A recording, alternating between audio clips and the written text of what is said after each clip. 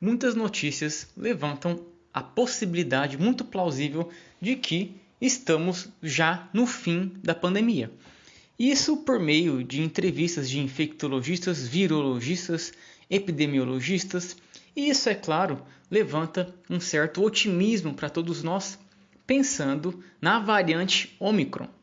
Porque algumas pesquisas têm apontado que se trata a variante Ômicron de uma linhagem do novo coronavírus que causa sintomas mais leves, o que vai diminuir a sobrecarga no sistema de saúde e toda aquela preocupação pela qual nós estávamos vivenciando com as variantes Gama, Alfa, Beta e Delta. Tudo isso é muito otimista, porém precisamos refletir sobre alguns pontos.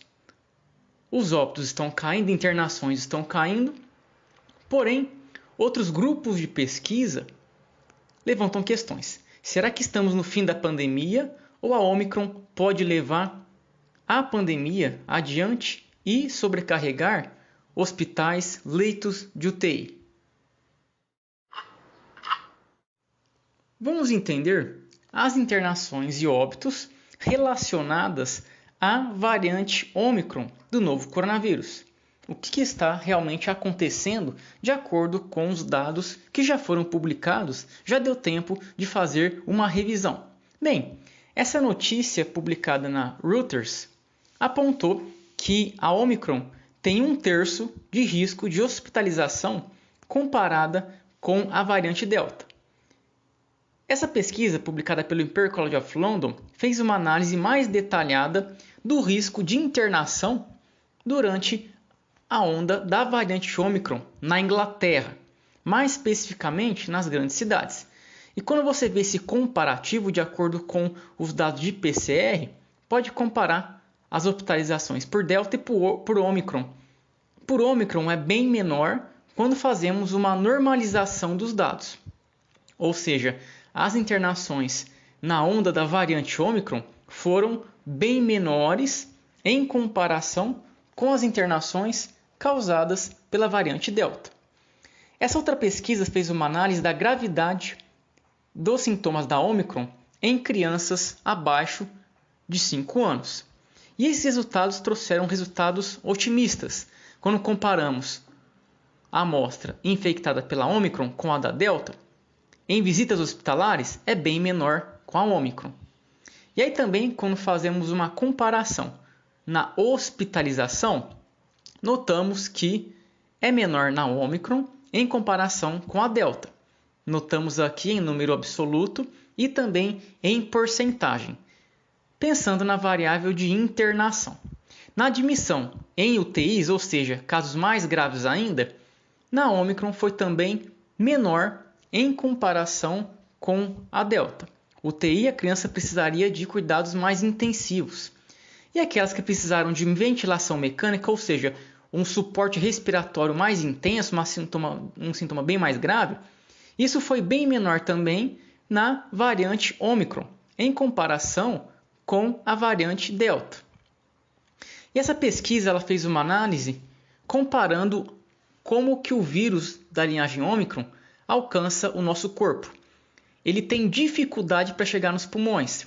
E em comparação com a Delta, ele chega com muito mais facilidade na nossa cavidade nasal e com mais dificuldade, por meio desses gráficos aqui, analisando na cavidade nasal, ele tem mais dificuldade para chegar nos pulmões, a Ômicron.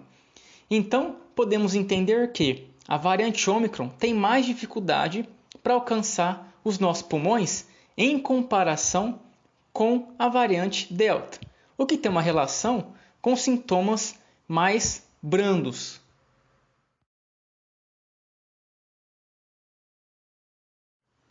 Você também deve ter pensado sobre a invalidação das vacinas sobre a variante Ômicron, perguntando: será que vacina protege contra a variante Ômicron?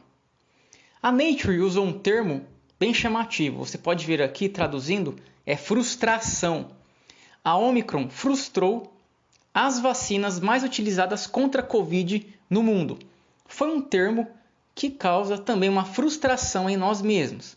Mas vamos ver aqui O que as pesquisas apontam? Bem, esse paper, não revisado por pares, fez uma análise de vacinação com doses iguais e doses diferentes sobre a variante Ômicron. Esses gráficos apontam que, quando analisamos a capacidade de proteção, ela é bem menor na variante Ômicron quando comparado com a variante inicial do novo coronavírus, que é o WT, Wild Type. Isso significa que a variante Ômicron consegue diminuir bastante o efeito protetor de vacinas. E esse paper publicado no New England Journal of Medicine fez uma análise da variante Ômicron em pessoas vacinadas e pessoas que já pegaram Covid-19. E os resultados eles levam essa mesma tendência pela qual observamos anteriormente. Notamos que, em comparação com as variantes Alpha, Beta, Delta e Ômicron, com a pessoa vacinada com a Pfizer, a Ômicron consegue diminuir bastante o efeito protetor dessa vacina naquelas pessoas. E com a vacina da AstraZeneca, acontece a mesma coisa. Em amostra laboratorial, a Ômicron diminui bastante o efeito da vacina da AstraZeneca, em comparação com as outras variantes já analisadas. Um estudo conduzido na África do Sul, na primeira onda da Ômicron registrada no mundo, publicada no New England Journal of Medicine, fez uma análise sobre a proteção da vacina quanto às internações por Covid-19 diante da variante Ômicron. Comparamos aqui dois períodos, período sem a variante Ômicron e período com a variante Ômicron. E vocês podem ver aqui nos números que pessoas com uma dose de vacina tiveram uma internação alta. Pessoas com menos de 14 dias após a segunda dose teve uma queda. E outro estudo fez uma análise da dose de reforço sobre a variante Ômicron, ou seja, a terceira dose. E aí então observaram resultados interessantes e otimistas. Observe nesse gráfico aqui a subida da proteção contra a variante Ômicron 2 semanas depois da terceira dose, ou seja, a dose de reforço protege bastante contra a variante Ômicron.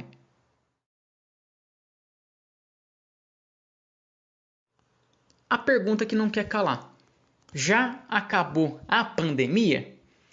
Vamos observar que estamos passando por um momento de transição, desde o fim de 2021, mais especificamente no segundo semestre de 2021. Um estudo publicado na Immunity fez uma revisão para compreender a transição de pandemia para endemia. Alguns gráficos nos ajudam a entender a tendência na qual estamos indo, uma previsão de um futuro para 2022 e 2023. Na endemia, uma doença ela se torna comum, como dengue, por exemplo. Notamos nesse gráfico aqui uma comparação de uma doença epidêmica e endêmica. Vamos imaginar aqui em relação à variável de internações. Notamos que as internações estão diminuindo e os resultados indicam que segue uma tendência para se tornar uma endemia, ou seja, a gravidade da doença vai perdendo a força por causa de vacinação, de pessoas que já se infectaram.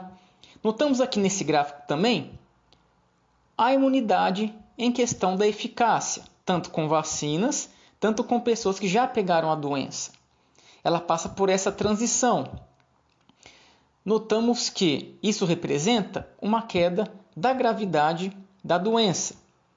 E quando comparamos os outros beta-coronavírus, CoV-1, CoV-2 e MERS, SARS-CoV-1, a SARS que afetou 2002 e 2003 na Ásia e MERS que afetou no Oriente Médio em 2002 e 2013, notamos que o SARS-CoV-2 em relação à gravidade é mais leve, porém ele se infecta com muito mais facilidade. E segue uma tendência de ser mais grave em idosos. Podemos ver aqui no eixo X, pelo meio da idade. Ou seja, existe uma tendência de que crianças comecem a ser mais infectadas, porque estão sendo as últimas a receber as vacinas.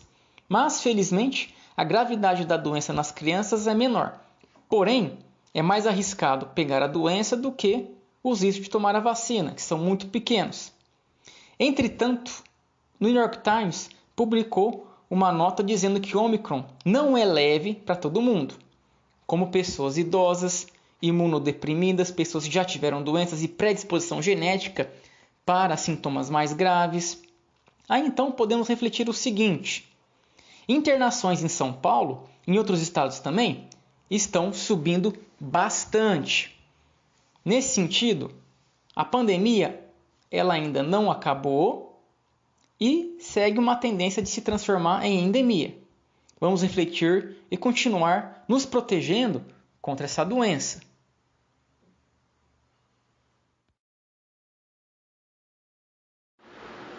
Aproveite e se inscreva no canal. Inscreva-se e clique no sininho, porque aí você vai ter acesso a todos os vídeos que eu postar imediatamente. Muito obrigado pelo apoio, pessoal, pelo carinho e compreensão. Se tiver interesse também, seja membro do canal. Um grande abraço, tenha um ótimo dia.